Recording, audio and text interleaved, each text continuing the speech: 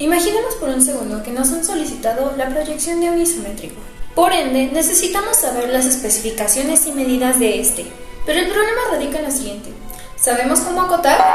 Buenos días, mi nombre es Isabel y el día de hoy les traigo normas de acotación. El proceso de consignar en un plano las dimensiones de un objeto representado se le denomina acotación o acotado. La acotación en el dibujo lineal es el proceso de anotar mediante líneas, cifras, símbolos y signos especificaciones y medidas sobre un objeto dado. Dichos elementos que reflejan las medidas se les denomina cotas.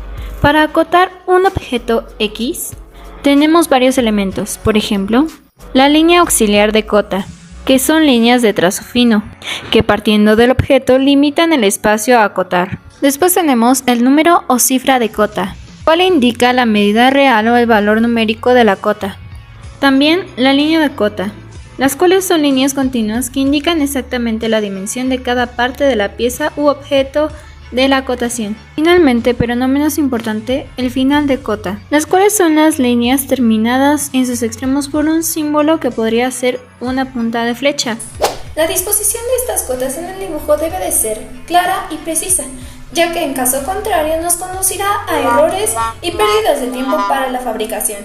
En general, se dice que una pieza está bien acotada cuando utilizamos la menor cantidad de cotas y anotaciones, y estas son suficientes y adecuadas para la fabricación de dicha pieza. Para facilitar la lectura de las cotas, se deben de seguir una serie de normas y recomendaciones que se ven reflejadas en las siguientes normas de acotación, así que saca papel y lápiz porque esto es importante de anotar. Como primera norma, es importante evitar situar las cotas alineadas con las aristas o también alineadas con ejes de simetría, como es el caso de la circunferencia. De esta manera serían incorrectos. En cambio, hay que separarlas de las aristas, de modo que esta sería la correcta colocación de las cotas. La siguiente norma es referente a la distancia adecuada entre las cotas, la cual se basa en dejar el espacio adecuado y suficiente entre las líneas de cota para poder situarlas, y así facilitar su lectura. Dicho espacio debería de ser de aproximadamente 8 milímetros. El siguiente punto a tratar son las líneas auxiliares de cota, que son las líneas que unen el dibujo con las líneas de cota. En este ejemplo, las líneas no se prolongan más allá de la línea de cota. Al contrario, como se muestra en el dibujo con las líneas verdes, hay que prolongarlas por lo menos unos 2 o 3 milímetros. Bien, a continuación, en el caso de que la cota sea pequeña y tengamos dificultades al acotar, existen varias posibilidades. En primer lugar, si se trata de una cota aislada como la que vemos a la izquierda, podemos poner flechas de afuera hacia adentro. Posteriormente, si la cifra de cota cabe, podría estar dentro, y si no, también la podríamos sacar hacia uno de los extremos.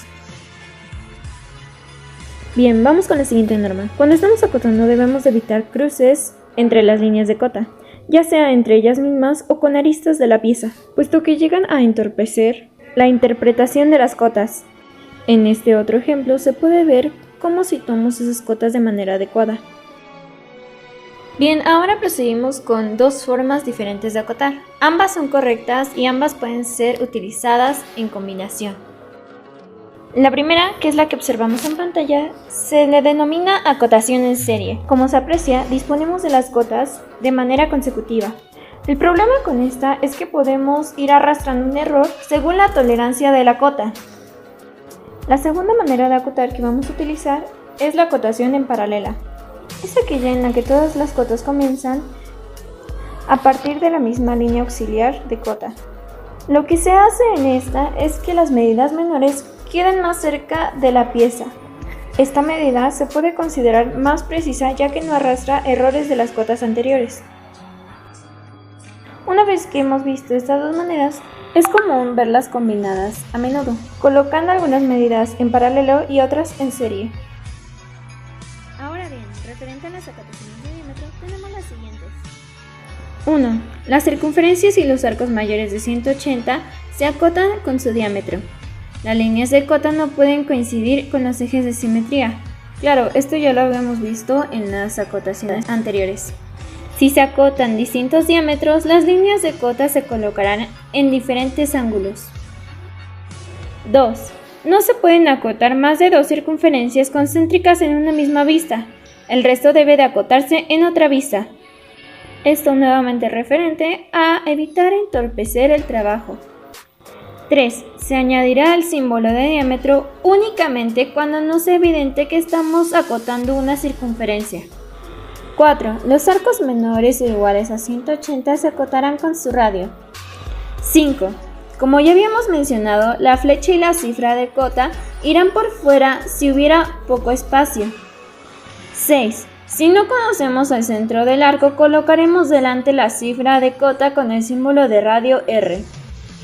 La línea llevará la misma dirección que si fuera un radio.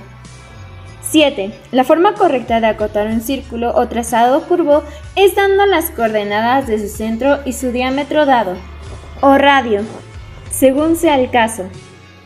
Cuando tenemos una pieza con elementos iguales, que tienen por ende el mismo tamaño y además tienen la misma separación entre ellos, en este caso, para acotar esta forma, únicamente acotaremos una de las piezas cilíndricas. A continuación acotaremos la distancia del centro del primero con el último, indicando el número de elementos por el cual será multiplicado. Este es otro caso, en el caso de que la pieza sea curva, se seguirá acotando de la misma manera. Bueno, pues estas fueron las normas de acotación básicas para saber acotar una pieza correctamente. Espero que les haya servido y les haya gustado. Esto sería todo de mi parte.